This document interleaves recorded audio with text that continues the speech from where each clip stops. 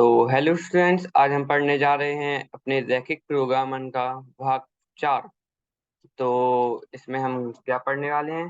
तो आज हम पढ़ेंगे कि रैखिक प्रोग्रामन या फिर रैखिक फलन का न्यूनतम और अधिकतम मान सुसंगत डोमेन के कोनों पर ही क्यों होता है। तो हमने अपने पिछले भाग में निकाला था कि रैखिक प्रोग्रामन का जो कि रैखिक फलन अपना दिया गया था, उसका न्यूनतम और अधिकतम मान कैसे निकालते हैं। यहाँ पर हमने उसके कोनों पर उसकी वैल्यू निकाली थी, जो पे एक जगह पर वो न्यूनतम आई थी, एक जगह पर वो अधिकतम आई थी। तो इस भाग में हम जानेंगे कि वो कोनों पर ही, बाकी आपने जितना भी सुसंगत अपना डोमेन देखा होगा, वहां पर केवल कोनों पर ही क्यों न्यूनतम और अधिकतम मान आता है। ये वैसे आपके एनसीईआरटी का टॉपिक नहीं है, पर मैंने सोचा कि कुछ बच्चों को कंफ्यूजन होता है कि ऐसा क्यों होता है, कोनों पर ही क्यों होता है, संगत डोमेन पे के कोनों पर ही क्यों होता है। तो उसके लिए मैं इन्हें एक इस भाग में इंक्लूड कर लिया। तो चलिए इसे देखते हैं।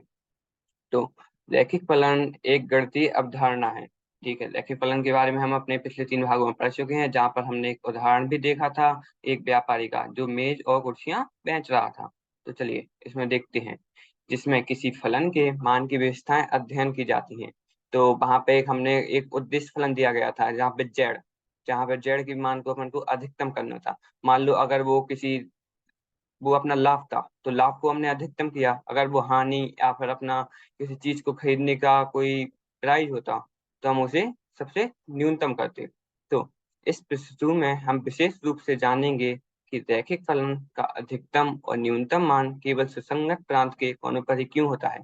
तो सबसे पहले देख लेते हैं कि अधिकतम और न्यूनतम मान क्या होता है। तो अधिकतम मान, तो इसे एक फलन के सभी मानों से अधिक मान के रूप में परिभाषित किया जा सकता है। तो जैसे अपना एक फलन दिया गया था जेड, पिछली बार में दिया गया था, मान लो 500x प्लस 250y, मान लो ये अपना फलन दिया गया है। तो ये जो भी उसका अपने कोनों के अंदर जो भी घेरे में अपना डोमेन था, उसके अंदर उस फलन का सबसे अधिक मान किस बिंदु पर होगा, उसे हम इसका अधिकतम मान कहते हैं। और इसे सब फलन के सभी मानों में से कम मान के रूप में परिभाषित किया जा सकता है, इसे हम न्यूनतम मान कहते हैं। तो किसी बिंदु पर जहाँ पर सबसे कम मान होगा उस फलन का, उसे हम न्यूनतम मान कहेंगे। तो आ, अब मैंने आपको बताया था कि मैं आपको बताऊंगा कि कोनों पर ही क्यों होता है। तो सबसे पहले हम पढ़ेंगे mathematical theory of linear programming. तो गणितीय अवधारणा पढ़ेंगे इस बारे में। तो लीनियर प्रोग्रामिंग एक गणितीय अनुक्रमता है, जिसे हम ऑप्टिमाइजेशन टेक्निक कहते हैं।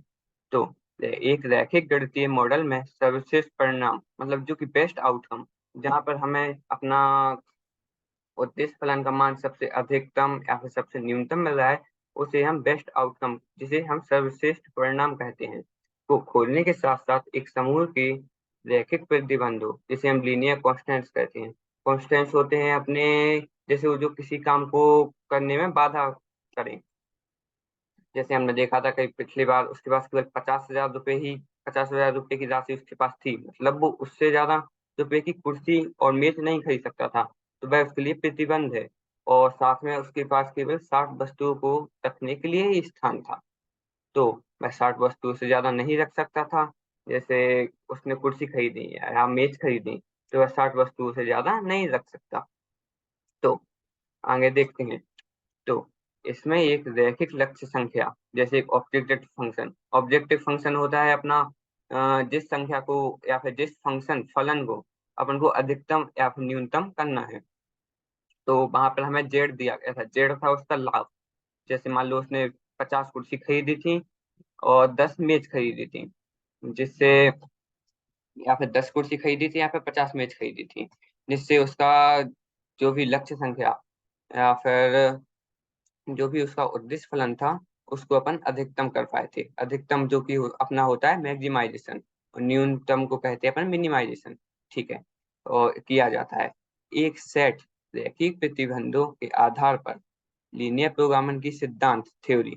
तो ये भी जो कि लीनियर प्रोग्रामिंग की सिद्धांत या फिर थ्योरी है, इससे हमें, ये वैसे बहुत ही कॉम्प्लेक्स, बहुत ही मतलब थोड़ा कठिन है, कौन पर ही क्यों होता है इसका अधिकतम और न्यूनतम मान। तो हमने मैंने इसे आपको डायरेक्ट बता दिया, और आपको अभी तक शायद आप एमएससी या फिर बीएससी में पढ़ेंगे कि ये अधिकतम कोणोपरि क्यों होता है। वहीं पे उस जो भी अपने सिद्धांत है लीनियर प्रोग्राम का, वहीं पे इसका प्रूविंग है। तो यहाँ पर आपको बस यही ध्यान रखना है कि कोनों पर ही इसका अधिकतम और न्यूनतम मान प्राप्त होता है।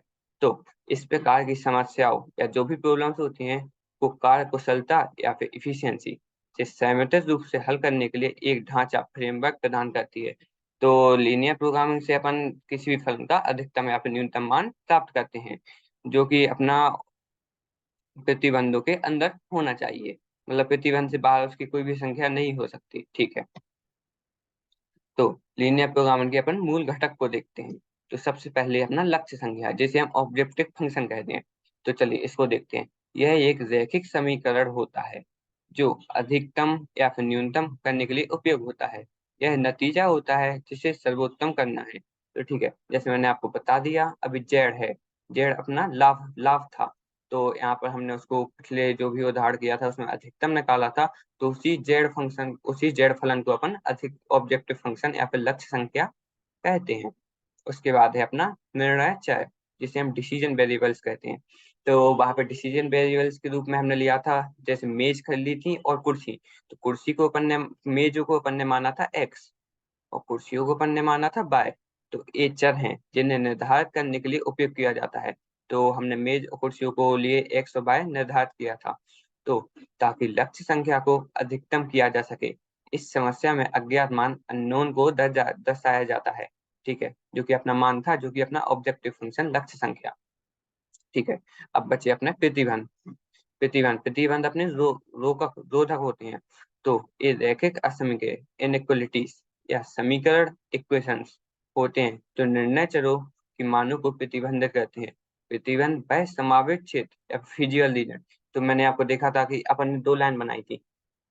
तो प्रतिबंध वह संबंधित क्षेत्र, तो यहाँ पे फिजिकल रीजन में हमने बनाया था 2 लाइन। तो पहली लाइन थी अपनी जिसमें अपन की एक्स प्लस वाई इन दोनों की वैल्यू 60 से कम हो रही थी, क्योंकि उसके पास केवल 60 वस्तुओं को रखने के लिए स्थान था।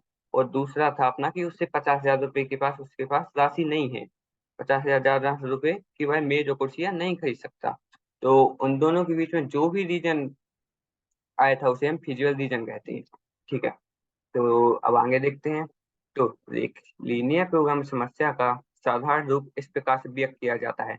तो जो भी अपना ऑब्जेक्टिव फंक्शन, जिसे हम लक्ष्य संख्या कहते हैं, और दिया गया था, वो अपना दिया होता है जेड बराबर C1 x1 जोड़ C2 x2 जोड़ C3 x3 ऐसे लेकर अपना CN xN तक।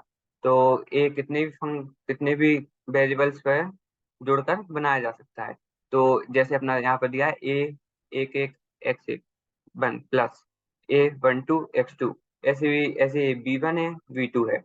तो ये अपने दिए गए हैं प्रतिबंध। यहाँ पर आपने देखिए एम तक कितने भी प्रतिबंध हो सकते हैं, और उन सभी के बीच में जो भी अपना रीजन कवर होगा उसे हम फिजिबल रीजन कहते हैं। और देखिए लास्ट में दिया गया है x1 x2 ये सब 0 से बड़े होने चाहिए। मतलब कि x और y दोनों 0 से बड़े होंगे तो a भी दूसरी साइड से कवर कर लेंगे। तो देखिए यहाँ जेड लक्ष्य संख्या होता है, C1 C2 यहाँ पे CN तक लक्ष्य संख्या के संकेतक होते हैं। और x1 x2 जो कि निर्णय चय होते हैं। मैंने आपको बता दिया निर्णय चय अपन ने पिछली बार x और y लिए थे। तो x और y के रूप में हमने दोनों तरफ से उसे कवर कर दिया था। तो चलिए अब आगे देखते हैं। तो लीनियर प्रोग्रामिंग के सिद्धांत ऐसे एल्गोरिथ्म प्रदान करती है, जैसे कि सिंपलेस्ट मेथड और इंटीरियर पॉइंट मेथड यही होता है कि अपना जितना भी रैखिक फलन में क्षेत्र है, जितना भी अपना क्षेत्र दिया गया है, ठीक है, जो भी अपना फिजिकल रीजन है उसे हम इंटीरियर पॉइंट मेथड, मतलब उसके अंदर जो भी पॉइंट होगा। वैसे अपन को कॉर्नर पॉइंट ही अपन को पता करने होते हैं, क्योंकि कॉर्नर पॉइंट भी अपन को सबसे मिनिमम और मैक्सिमम, जो कि अपना न्यूनतम और अधिकतम वैल्यू होती है, वो अपन को पता चल जाती है। तो उसे हम इंटीरियर पॉइंट मेथड की मदद से निकालते हैं। तो जो इन समस्या को पास कुशलता से हल करने में अधिकतम समाधान, ठीक है, और निर्धारित करने में मदद करते हैं। तो यहाँ पर और कोई काम की चीज नहीं है, चलिए अगले पेज पर चलते हैं। तो यहाँ पर हम एक उदाहरण की मदद से इसे समझेंगे। तो उदाहरण को पहले देखते हैं। तो उदाहरण में हमने देखा, तो एक उदाहरण के रूप में एक व्यापारी दो प्रकार के उत्पादों ए और बी, जैसे हमने पिछली बार देखा था कि आपने ए की जगह में मान लो यहाँ पे मेज मान ली और बी की जगह पे हमने यहाँ पे कुर्सी मान ली। तो उत्पादों ए और बी का निर्माण करता है। उत्पाद ए के निर्माण में प्रति इकाई 2 घंटे की मशीन का उपयोग होता है। तो अगर वह ए का निर्माण करता है तो उसके 2 घंटे के लिए मशीन का उपयोग होता है। और उत्पाद बी के निर्माण में प्रति एक इकाई 3 घंटे की मशीन का उपयोग होता है। और अगर वह बी का निर्माण करता है तो 3 घंटे की मशीन का उपयोग होता है। ठीक है। उत्पाद ए की आपूर्ति न्यूनतम 100 इकाइयों की होनी चाहिए और उत्पाद बी की आपूर्ति न्यूनतम 150 इकाइयों की होना चाहिए, जो कि 1 से 50 है। ठीक है। इसके अलावा उत्पाद ए के निर्माण में लागत प्रति इकाई 10 रुपये होती है। ठीक है। अगर वह उत्पाद ए का निर्माण करता है तो उसे 10 रुपये की लागत आती है। और उत्पाद बी के निर्माण में लागत प्रति इकाई 15 रुपये की होती है। और अगर वह उत्पाद बी का निर्माण करता है तो उसकी इकाई 15 रुपये की लागत होती है। तो व्यापारी का लाभ का मैक्सिमाइज करना है। तो यहाँ पर जो भी अपना ऑब्जेक्टिव फंक्शन बनेगा उसे हमें अधिकतम करना है। तो इस समस्या का लीनियर प्रोग्रामिंग के तत्वों में प्रकट किया जाता है। तो यहाँ पे सबसे पहले अपनी लक्ष्य संख्या दिखा देते हैं। लक्ष्य संख्या अपना क्या है? व्यापारी का लाभ। तो उसने उत्पाद ए बनाया जो कि उसकी 10 रुपए की होती है और उत्पाद बी बनाया जो कि उसकी 15 रुपए की होती है। तो अगर उसकी ये लागत है तो लागत को अपन सबसे कम करना चाहेंगे। तो हम मान लो इसको ए को ए ही मान लेते हैं और बी को बी ही मान लेते हैं। तो 10 गुणा ए और 15 गुणा बी या उसका ऑब्जेक्टिव फंक्शन जो कि लक्ष्य संख्या है ये अपनी निकल आएगी। और ये निर्भर किस किस पे करता है? यहाँ पे दिया गया है 2a जोड़ 3b जो कि अपनी 100 या 100 से बड़ा होना चाहिए। तो देखिए यहाँ पे दिया ही गया है कि 100 इकाइयों का होना चाहिए। जहाँ पर अपने 2 घंटे की मशीन का उपयोग हो रहा है और 3 घंटे की मशीन का उपयोग हो रहा है ए और बी को बनाने में। तो ए को बनाने के 2 घंटे का उपयोग मतलब टोटल मान लो अपन ने ए संख्या ही बनाई।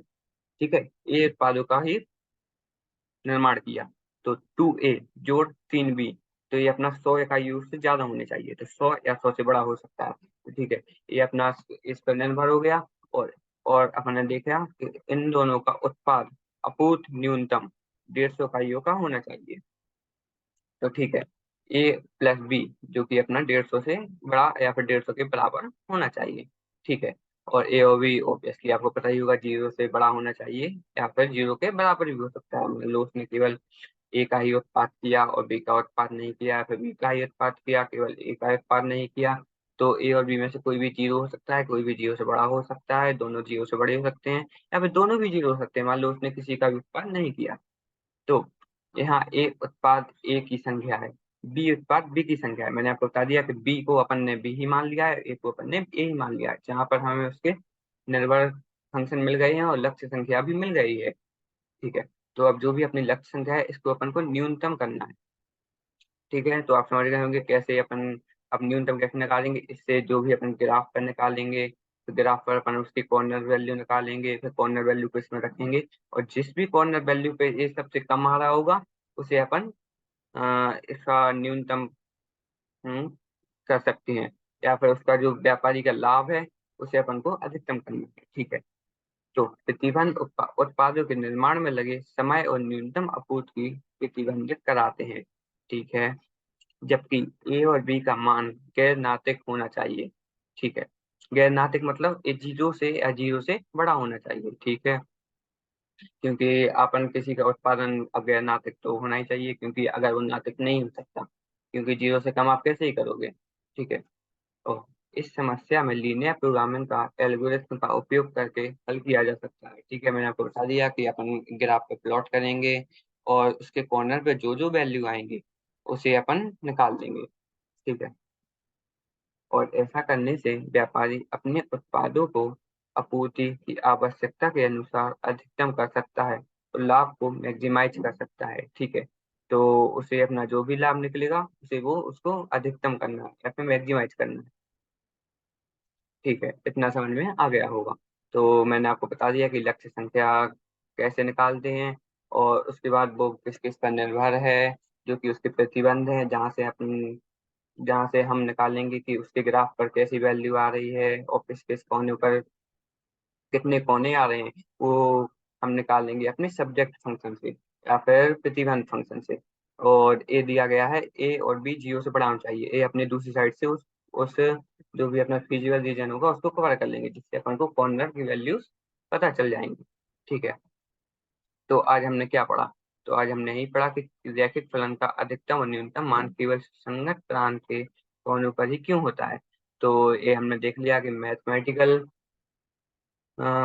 थ्योरी ऑफ लीनियर प्रोग्रामिंग, जो भी अपने मैथमेटिकल गणितीय सिद्धांत है अपने लीनियर प्रोग्रामिंग का, रैखिक प्रोग्रामिंग का गणितीय सिद्धांत के बताता है कि कोनों पर ही क्यों अम, किसी भी फंक्शन का अधिकतम और न्यूनतम मान होता है। तो यहाँ से बस आपको इतना ही ध्यान रखना है। तो आगे हम क्या पढ़ने वाले हैं? तो आगे हम पढ़ेंगे इसके उदाहरण एक। तो आपकी एनसीईआरटी की बुक में जो भी रैखिक प्रोग्राम का उदाहरण एक है वो हम आगे देखेंगे, जिससे हम और भी क्वेश्चन लगा पाएंगे। तो धन्यवाद, मैं आशा करता हूँ आपको ये सब समझ में आया होगा।